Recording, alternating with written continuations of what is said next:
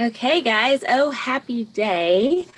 My name is Dee Bolton. I'm your faithful mom, and I am a NASM certified personal trainer as well as wellness educator.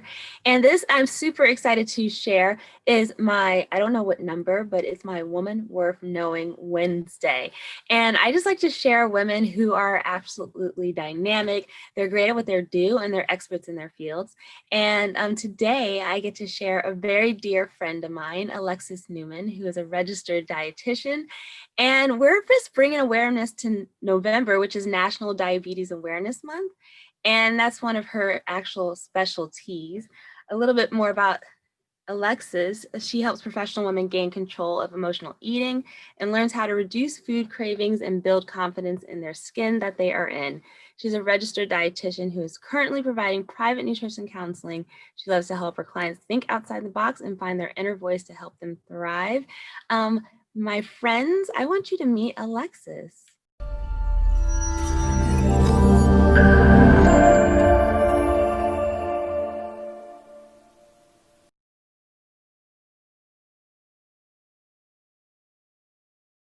Hello. Thank you so much for having me. I'm really excited to be here with you. I'm excited to be here with you because your story is so amazing because you serve women, not only who has diabetes, but just to help them with their nutritional goals. And your story is absolutely amazing of how you got here. So I think we probably should start where at the beginning. So what made, I honestly personally don't know a lot of Black registered dietitians.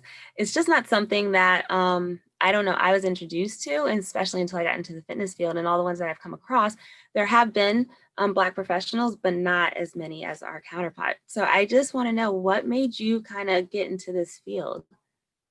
Yeah, so I was diagnosed with type 1 diabetes when I was 18 months old. And so this January, I'll be celebrating living type 1 for 37 years. Oh, Um, praise God. yes, praise God. That's the only one I can really thank because I don't have any complications, and any complication I have had, they've been able to be resolved. And that's nothing but Jesus. Amen. Amen. Yeah. So when I was about 12, I had a diabetes educator that I really liked. We really connected. And I was like, hey, I want your job. How can I be you? And she said, well, you can either be a dietitian or you could be a nurse. And at the time, like, I did not like blood, weird smells, and like, I don't know, I just was grossed out by the medical field. And then as I was like researching what a dietitian was, I'm like, okay. So basically, I went into like the field of dietetics just so that I can become a certified diabetes educator. I didn't really care about the health aspect. I didn't care about the nutrition. I just wanted to help people with type 1 diabetes.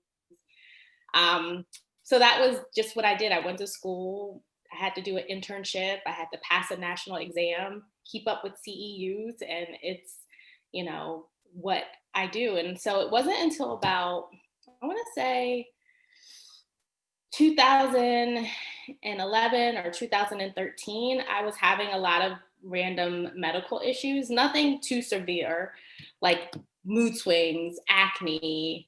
I kept having lower back pain. And so I was going to my chiropractor and I'm like, hey, I have all these issues. Can you help me out?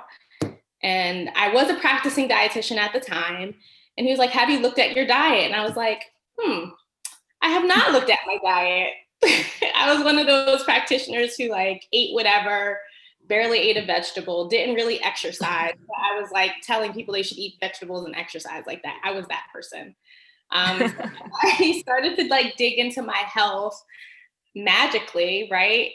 There's a connection to like food and mood and food and acne and also known as inflammation, right? So I dug into my nutrition. I was able to resolve a lot of my issues.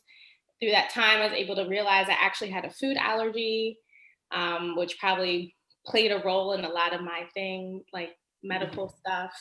And that ignited my passion for food and nutrition and wellness, and really what has led me to where I am now. in between that, I was also working at a residential eating disorder facility.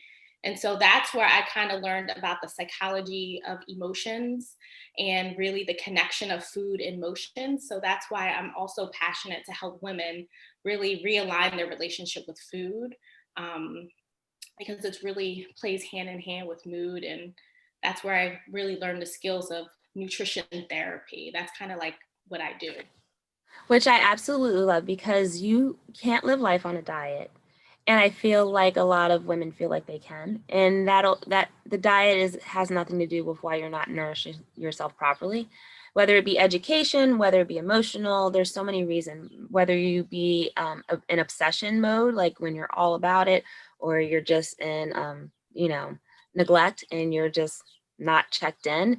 There's so many aspects it is to food. And I know for me, like I was a drive-through junkie. I was a cake a day kind of girl, like before I started my journey, and it really had to transform. And just being bodybuilding, where you're in obsession mode about every macro and everything you put in your mouth, and to be in like lifestyle is totally two different things. And I had to navigate those over the years. So I love that you do nutrition therapy versus just a meal plan, a diet, that type of thing. I have just like a basic question for those who might not even know. What does a registered dietitian do? What makes you different from me going and just getting a meal plan for? So can you just give like a basics of what a registered dietitian does?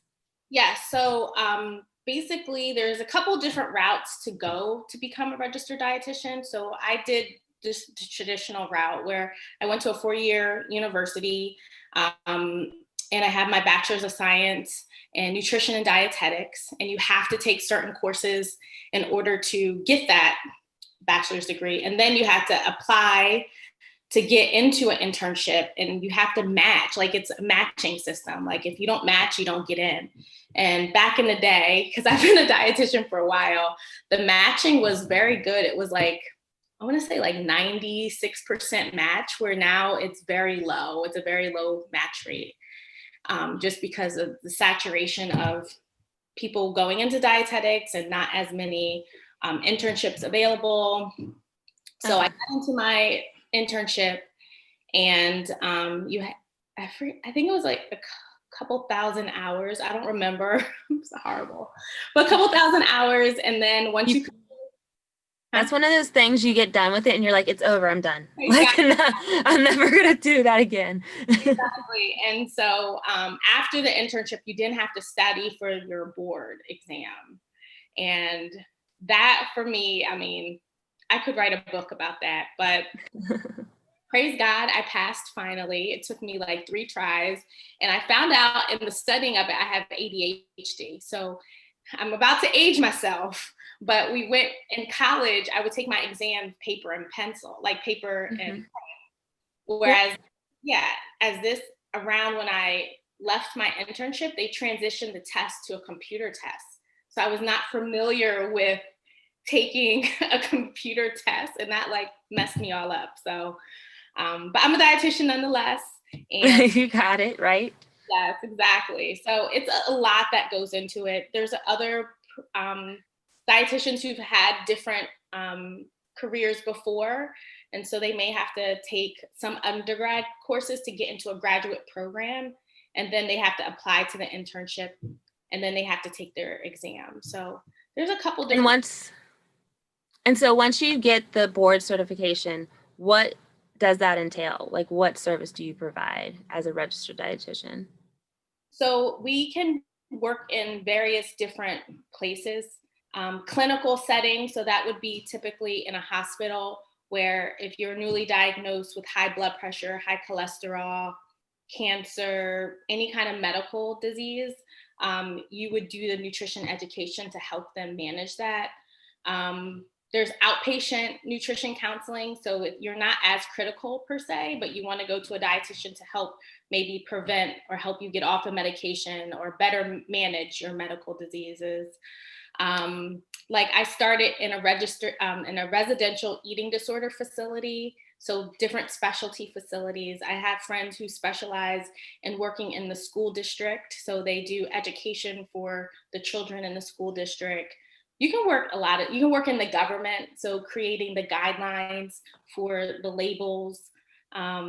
With my second daughter, I actually had gestational diabetes, and they put me with a registered dietitian. I went to like a group class every week to help me, just naturally eat well and those type of things. Because like I said, I had a really poor diet. Like I was living the drive-through junkie life, processed food. And so I had diabetes with two of my daughters. My last one I didn't. And so I went to a registered dietitian for that. So definitely someone you need to make changes in your life. You've done so much. You even mentioned about the diabetes camp that you worked at as well. So eating disorder awareness is on the rise. Can you say something about that for our listeners, our viewers, I guess? Yeah. So how I got interested in working with individuals who have eating disorders, I had two good friends in college who struggled. One struggled with anorexia and one struggled with bulimia.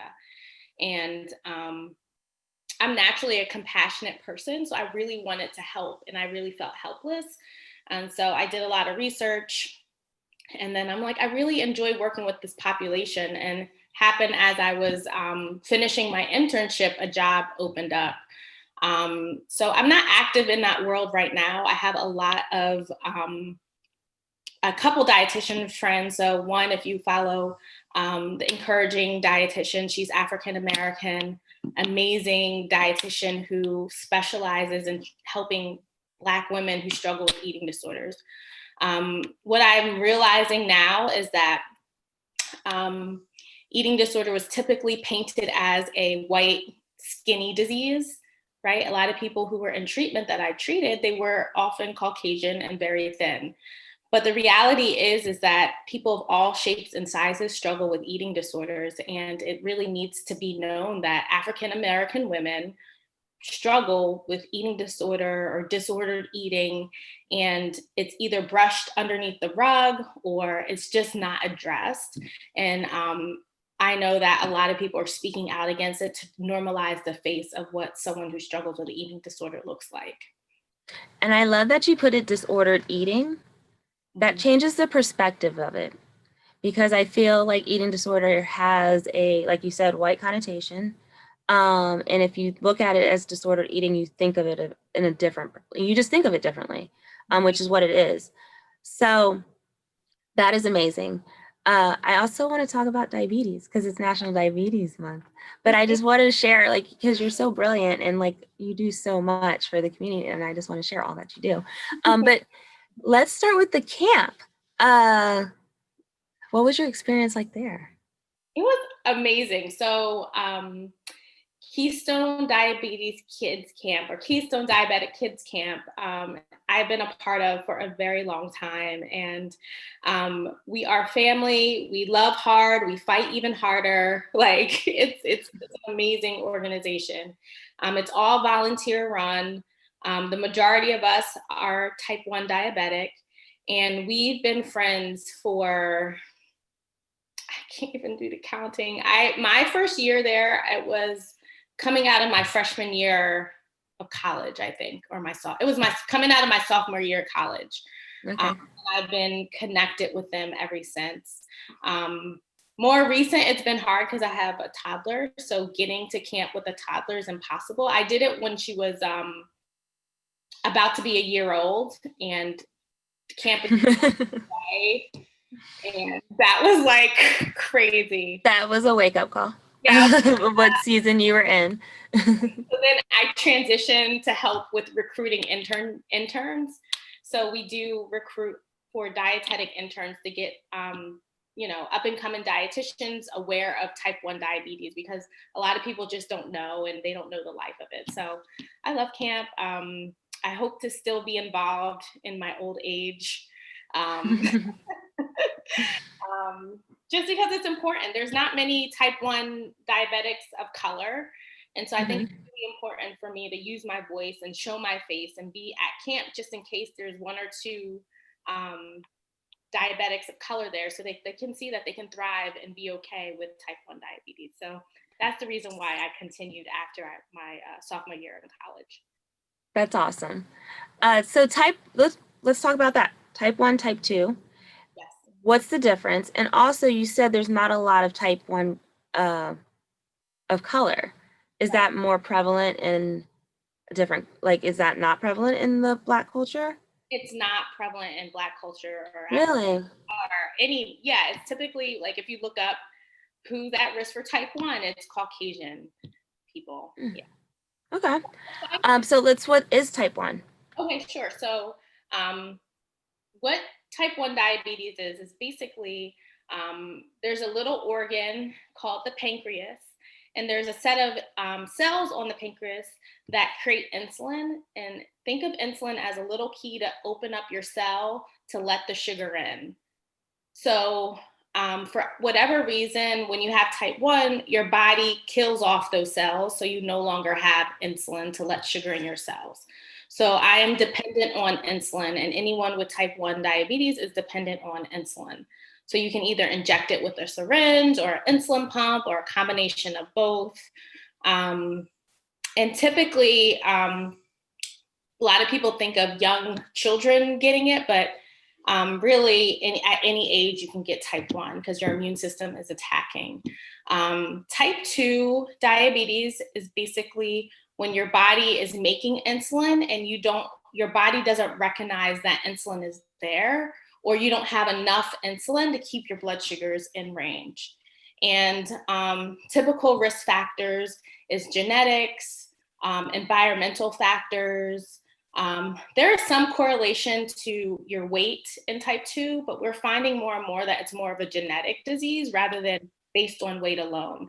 Because I know a lot of people who may have a little bit more body weight on them and they don't have type 2 diabetes, nor are they at risk for it. So that's one misnomer that a lot of people have, is that, oh, I'm overweight, so I'm at risk for type 2 and I'm going to definitely get it. But there's a lot more factors that come into play. I like to call myself a diabetic or diabetes advocate, because I really like to advocate for all types, because it's important for people's voices to be heard and to really fight against stereotypes between both types. There's other types of diabetes. So there's Moody, which is basically maturity onset diabetes, which is a genetic factor. There is Cushing's syndrome, cystic fibrosis related diabetes. I've just found out recently diabetes type 3C, basically you might have had something else wrong with your pancreas and they had to remove your pancreas. So now you are diabetic. Insulin dependent. Yeah. Okay. So I believe my grandfather was diagnosed with type 1 diabetes when he was in his late 30s. And that's actually one of the complications, like when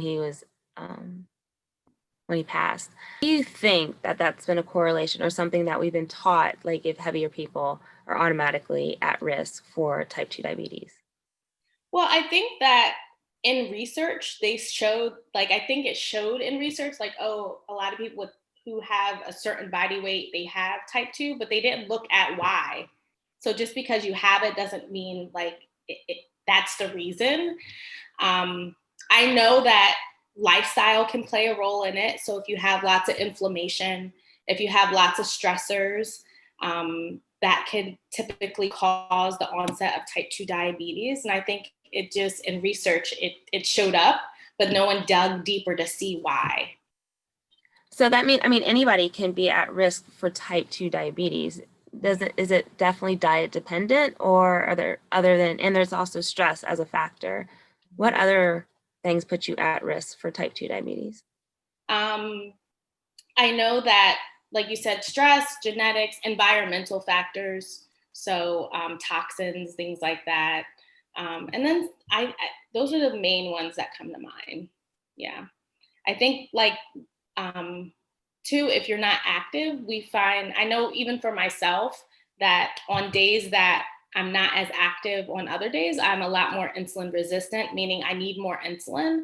So if you're already at risk for type 2, and then you happen to not have an active lifestyle, that could potentially set you up to have a risk for type 2. But there's also plenty of lazy people that don't get diabetes also. So it's, That's you know. there's genetics, like you said, that's involved. There's so much more involved, but it's definitely something to be aware of, and so that you can advocate for whatever you need if you feel like you might be at risk. There's some things like symptoms that you might experience that you might want to ask your doctor to take a diabetes test. And what does that entail? Checking on your diabetes to see if you have diabetes. No, that's such a great question. So regardless of if you have type 1 or type 2 or any type of diabetes, the symptoms are the same. So Okay. if you have frequent urination, like more than normal, if you are thirsty all the time, if you lose weight rapidly, if you are hungry all the time, that's another one. If you are fatigued, these are just some good signs that you might want to ask your doctor to do a hemoglobin A1C. And all that is an average blood sugar from the last 3 months to give you an idea of where you are. A lot of primary care physicians can give that test at least annually, so you can kind of keep an eye on that. Okay. So that's, I feel like very helpful, because I don't know if I would know where to start if I thought that I might have diabetes. How can we support our friends that, or our family who might have diabetes? I know that a lot of people in the African American culture can probably think of somebody in their life that they has diabetes. So can you help us Sure. care for them better? Sure. I would say just ask what the support look like, because I know it's very different from person to person. I know that like my husband, if I say, hey, I need a snack because I have a low blood sugar, he jumps up and gets it right away. Or, I have had family who would just text like, hey, I saw you're not feeling well. Like, how are you doing? And so I just think asking, if you know a family member has diabetes, ask. If you're having a gathering, say, hey, is there any food that would make you feel more comfortable? Just to consider them. I think that would be really nice. I think those are amazing suggestions. There's something that I thought of too, is that when you were younger, you were influenced by the woman when you were 12, she was African American? I don't remember. I don't think Oh, so. I don't think she. well, and then you said the type 1 diabetes community is very small for, I guess, African Americans. It's It is. not common. So if you did have type 1 diabetes and you do feel like you're alone, where could you go for a support network? Yes. So I'm part of a group called Dope Diabetics.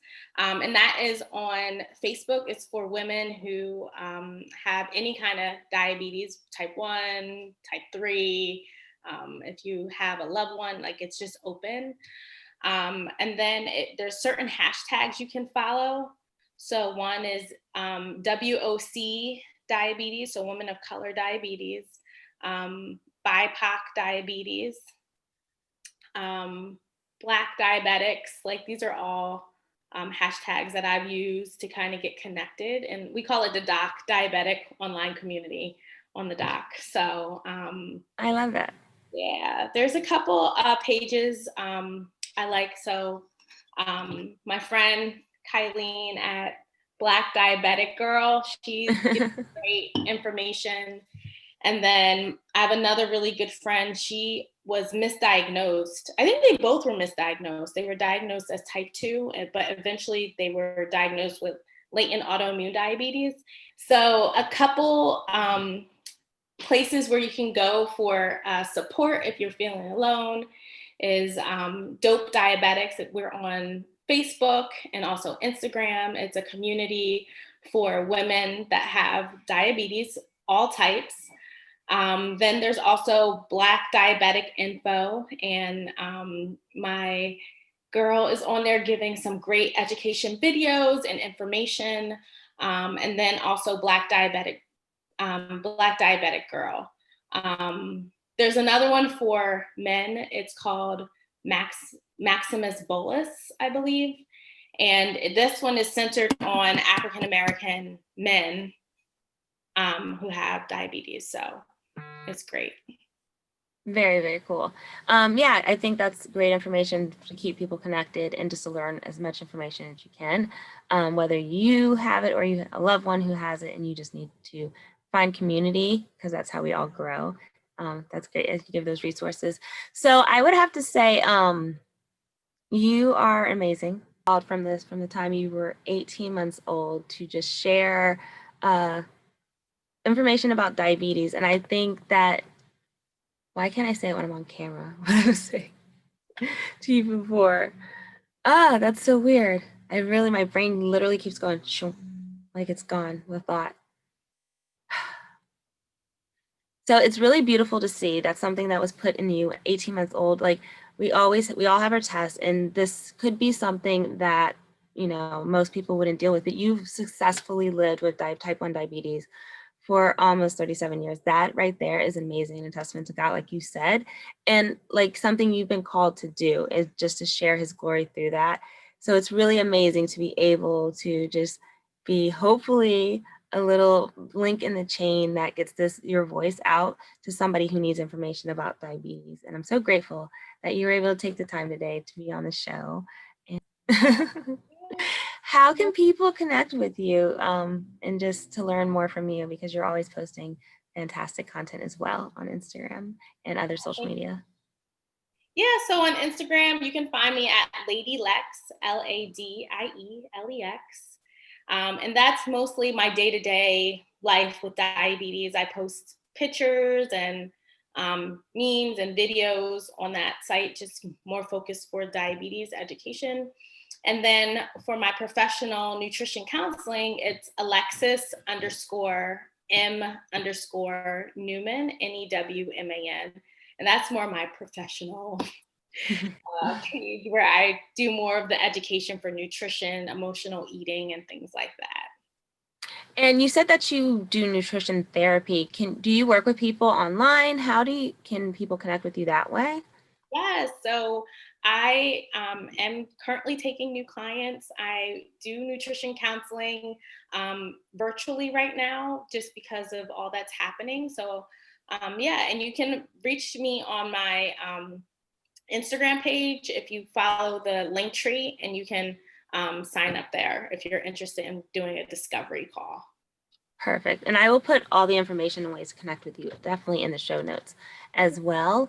And I think that this 12-year-old inspired little girl is doing amazing things for the diabetic community. And I think God just really, you know, we all have a gift to share, and the fact that it's a rarity in our culture for you to have type 1 Yeah. and for you to be able to do something that you've been instilled. You said, oh, I'm a compassionate person. I mean, this has been your life calling. So I'm just grateful to be able to share this amazing woman we're knowing, Alexis Newman. And you guys definitely connect with her, learn more from her, not only about diabetes, but also just about general nutrition.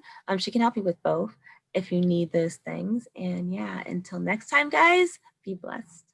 Thank you. Check out other women worth knowing on my YouTube channel.